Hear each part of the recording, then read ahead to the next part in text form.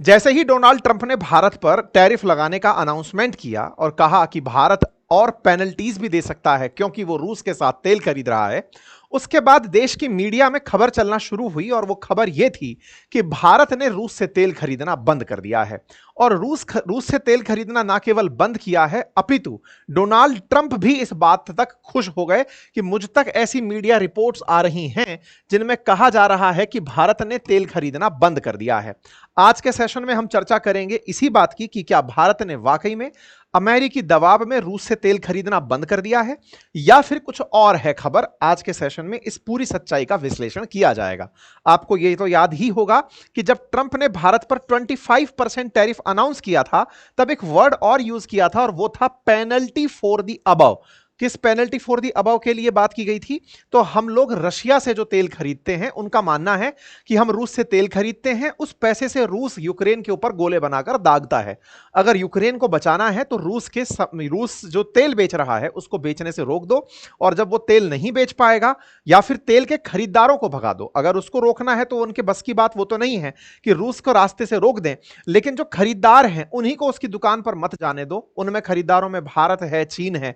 तो बोले अगर आपने इनको रोक दिया तो रूस का तेल जब बिकना ही बंद हो जाएगा तो अल्टीमेटली उसके पास पैसे नहीं पहुंचेंगे, और पैसे नहीं पहुंचेंगे तो फिर वो यूक्रेन पर गोला कहां से गिराएगा। तो ऐसे में रूस को पूरी तरह से नाकामयाब करने के लिए भारत जैसे देशों को, जो खरीदार हैं, उन्हें धमकाया गया। और धमकाने में कहा गया कि 25% तो टैरिफ आपको पे करना ही होगा अमेरिका में सामान बेचने के लिए, साथ में रूस से अगर तेल खरीदते हो तो पेनल्टी भी देनी पड़ेगी। ठीक है साहब।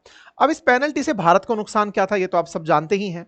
कहा गया कि भारत से जो सामान अमेरिका जाता है, जिसकी वजह से इकलौता भारत का ट्रेडिंग पार्टनर जिसके साथ हम सबसे ज्यादा ट्रेड करते हैं, नंबर 1, और ट्रेड करके धन कमाते हैं, लगभग 40-45 बिलियन डॉलर का हम हर साल लाभ कमाते हैं अमेरिका से व्यापार करके। अगर उसका ट्रेड बाधित होता है तो हमारे लिए यह व्यापारिक घाटा कंसीडर किया जाएगा। फिर थॉट बनने लगी, अगर हम इसका सब्स्टिट्यूट तलाशते हैं, सब्स्टिट्यूट से मतलब है कि अमेरिका की बात मान लें और अमेरिका के कहे अनुसार रूस से तेल खरीदना रोक दें, इससे हमें क्या फायदा होगा। तो फिर मार्केट के जानकारों ने निकालना शुरू किया कि अगर भारत कहीं और से तेल खरीदता है तो हमें 9 से लेकर 11 बिलियन डॉलर तक का एक्स्ट्रा बिल देना पड़ सकता है। किस बात पर? क्योंकि अभी हमें रूस से जो तेल मिल रहा है वो सस्ता मिल रहा है। ऐसे में सस्ता तेल, अच्छा इंटरेस्टिंग एक फैक्ट मैं आपको यहां पर पहले ही बता दूं, रूस से तेल खरीदना प्रतिबंधित अभी तक भी नहीं था। रूस से जो तेल खरीदा जाता है उसकी कीमत पर एक बैन लगाया हुआ था। पहले तक था बाइडेन काल में $60 प्रति बैरल, कि इससे नीचे अगर खरीद सकते हो तो खरीदो। बाद में अभी यूरोपियन यूनियन ने जब सैंक्शन लगाए तब कहा कि $45 प्रति बैरल से नीचे अगर खरीद सकते हो तो खरीदो। भारत ने पहले $60 प्रति बैरल, जब ट्रंप के बाइडेन के समय पर डिसाइड हुआ था, उसी को ध्यान में रखते हुए रूस से तेल खरीदा था। अर्थात हमने इतना सस्ता तेल खरीदा था जिससे दुनिया में ऑयल की कीमतें नहीं बढ़ी, क्योंकि भारत दुनिया का एक बड़ा ऑयल इंपोर्टर कंट्री है। ऐसे में अगर हमने अपनी जरूरतों की पूर्ति रूस से करना शुरू की थी, जो युद्ध से पहले कुछ 1% के आसपास थी, 1% से भी कम थी, और वो बढ़कर के हमारे कुल ऑयल इंपोर्ट का 30 से 40% बन गई थी, तो कहीं ना कहीं हमने अपनी ऊर्जा आवश्यकताओं की पूर्ति रूस से करके दुनिया के लिए जो ओपेक कंट्रियों का तेल है वो आसानी से उपलब्ध करा दिया, जिससे प्राइसेस में इंक्रीमेंट नहीं हुआ, प्राइसेस नहीं बढ़े। इस पूरे क्लैश में, रशिया यूक्रेन के दौर में युद्ध की वजह से तेल की कीमतें ना बढ़ना पूरी दुनिया के लिए रिलीविंग था। यही बात दुनिया को भारत बताता आया।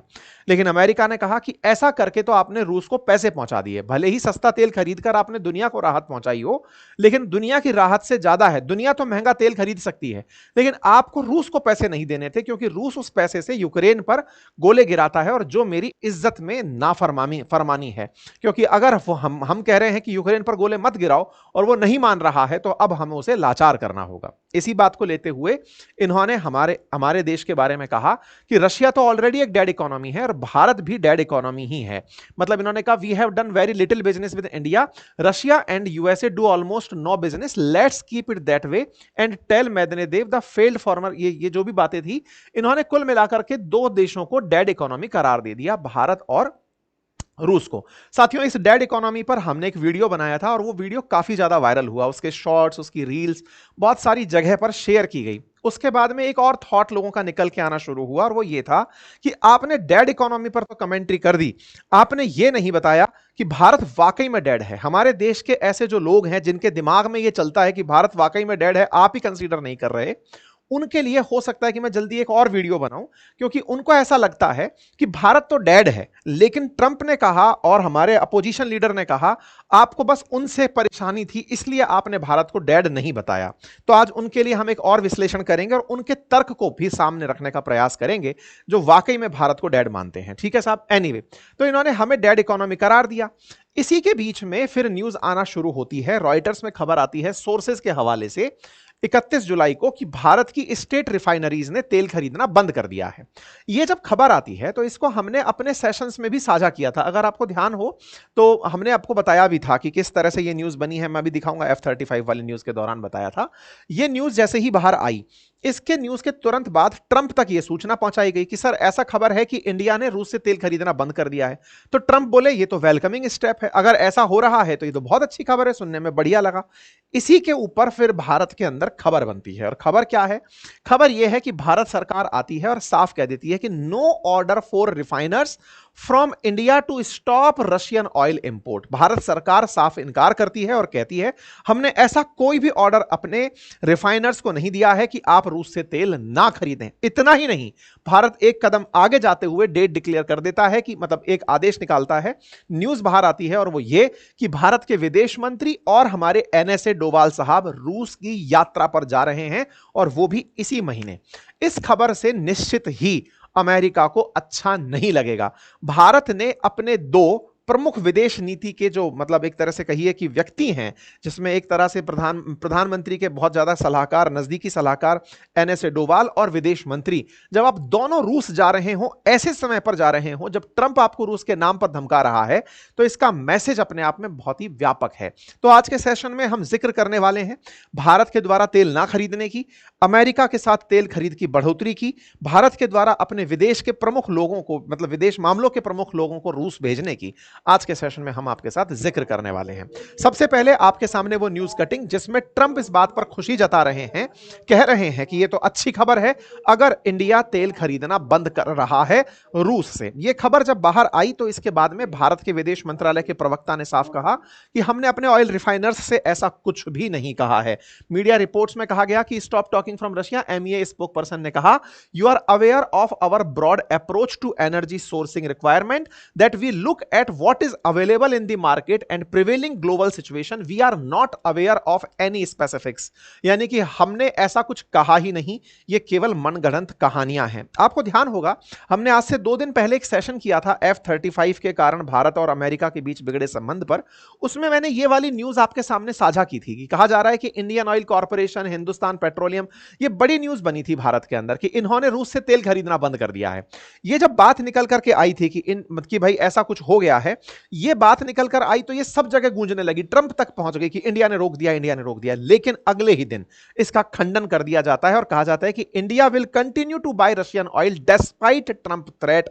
और ये खबर मतलब एक बड़ी खबर बनकर के मार्केट के अंदर तैरने लगती है। इतना तैरती है कि ये अमेरिका के अखबारों की हेडलाइन बन जाती है। न्यूयॉर्क टाइम्स लिखता है India will buy Russian oil despite Trump threat. ऐसा रिपोर्ट न्यूयॉर्क टाइम्स के अंदर छापी जाती हैं। इसका मतलब यह हुआ कि 2 अगस्त तक यह खबर मार्केट के अंदर जो फैली थी रूमर के रूप में कि भारत तेल नहीं खरीद रहा है, वो खरीद रहा है के साथ में आगे एक संदेश बनकर पहुंच जाती है।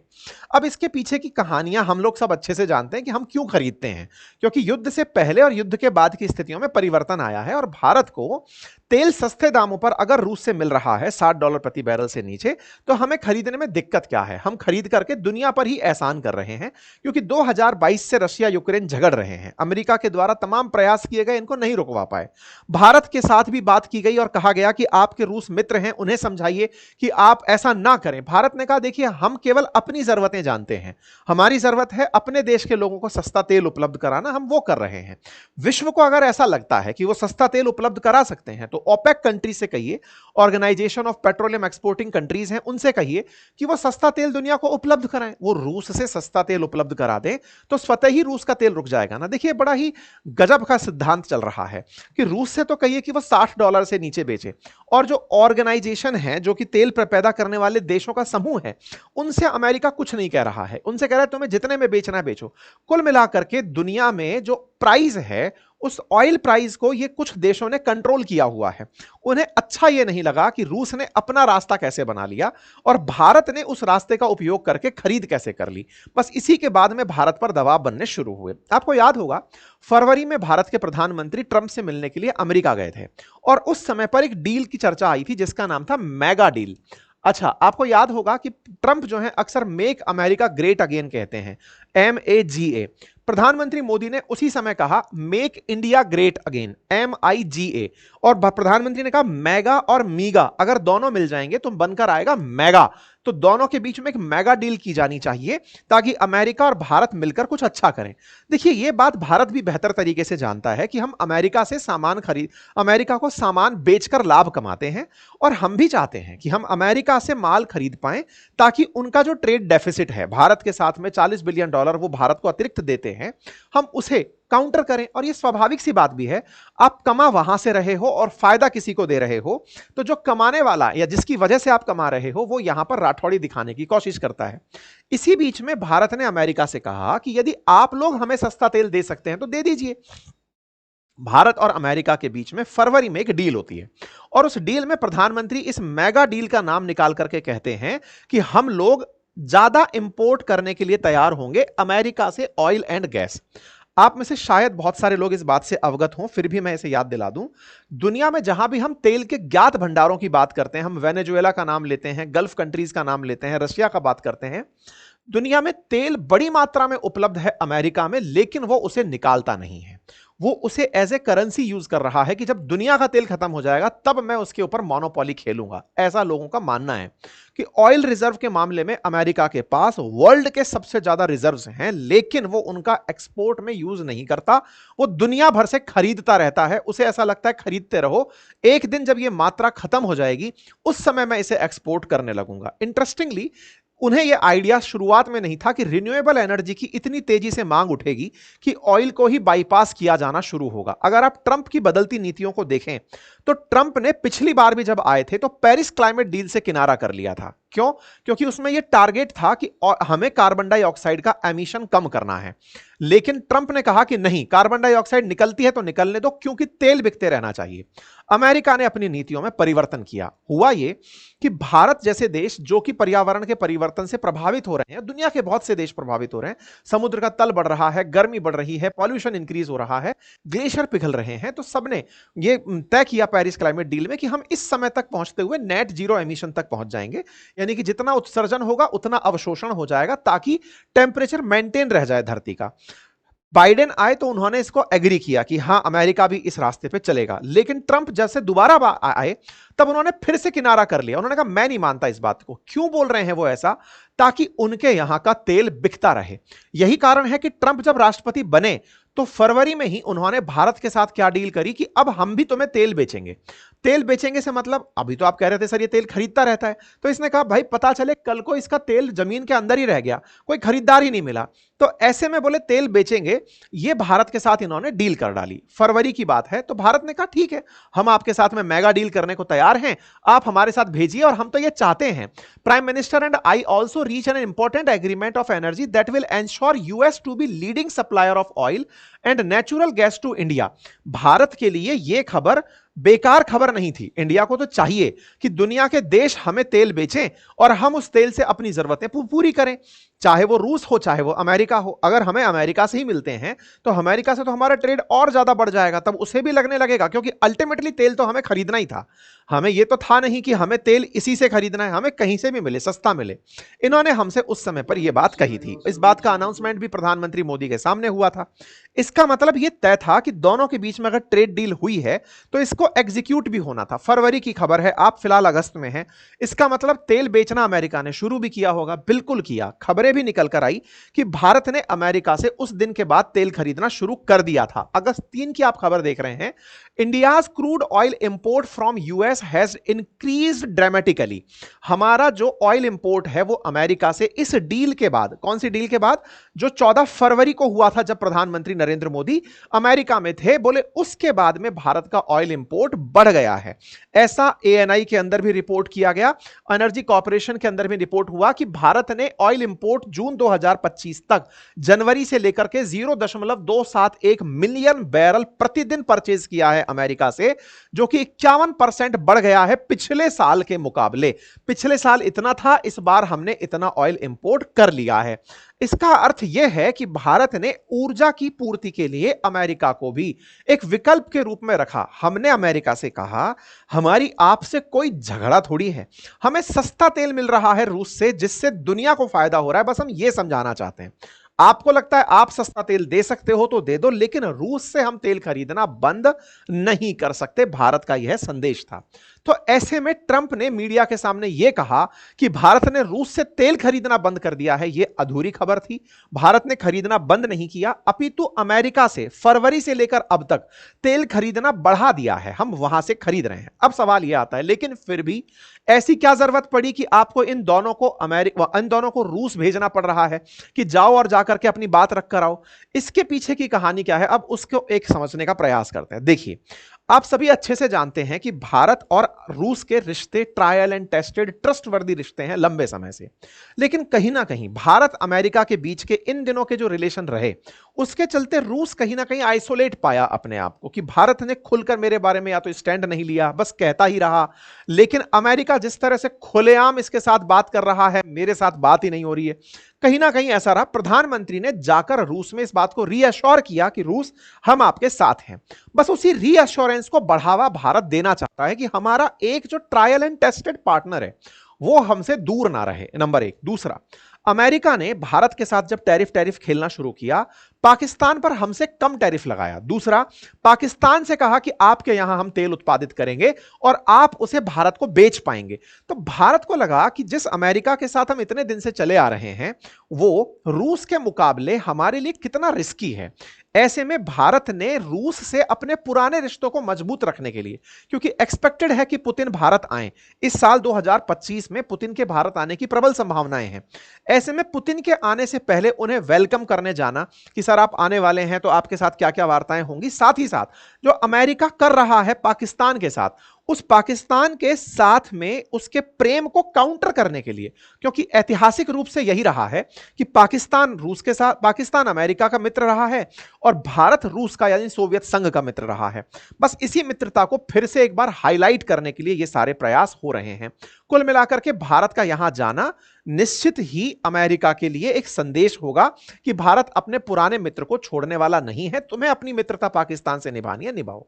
एक और बात कही जा रही है और वो ये है कि भारत के ऊपर जैसे अमेरिका दबाव बनाना चाहता है कि मैं पुतिन से कहूंगा कि युद्ध रोक दो। भारत को अगर रोक दिया गया तो पुतिन के साथ में डील करना अमेरिका के लिए आसान होगा। भारत का मानना यह है कि यह तुम लगातार समय से धूल देते आ रहे हो। पुतिन या फिर रूस कोई छोटा देश नहीं है जिसके साथ आप इस तरह की हूल देकर उसे कंट्रोल कर ले जाओगे। ये केवल और केवल बयानबाजी है। हम रूस के साथ खड़े होकर बस उसे यह दिखाना चाहते हैं कि तुम्हारा इसके साथ खड़ा होना रिस्की था, तुम इसके साथ खड़े हुए तो आधा देश यूक्रेन खा गए। हम रूस के साथ खड़े हैं क्योंकि हमारी जरूरतें बड़ी हैं। उम्मीद है कि आप सभी साथी इस बात से अवगत हुए होंगे। तो कंक्लूड करते हुए अगर हम पहुंचे तो यह बात कि क्या रूस से भारत ने तेल खरीदना बंद कर दिया, आंसर है जी नहीं। क्या अमेरिका से शुरू कर दिया? जी हां, आज से नहीं, फरवरी से। नंबर तीसरा, भारत अपनी तरफ से रूस में अपने प्रतिनिधियों को भेजकर क्या संदेश देना चाहता है? संदेश यही कि अगर तुम्हें लगता है कि पेनल्टी खेली जा सकती है तो खेल लो, हम खुलेआम रूस के साथ खड़े हैं। यह मूव भारत को अंतरराष्ट्रीय रूप से और मजबूती के साथ रखेगा, ऐसा मेरा मानना है। बाकी आप लोग क्या विचार करते हैं, अपनी राय कमेंट बॉक्स में अवश्य रखें। फिलहाल के लिए इतना ही। चैनल पर नए हैं तो सब्सक्राइब कर लीजिए, अपने साथियों के साथ इसे ज्यादा से ज्यादा साझा करिए।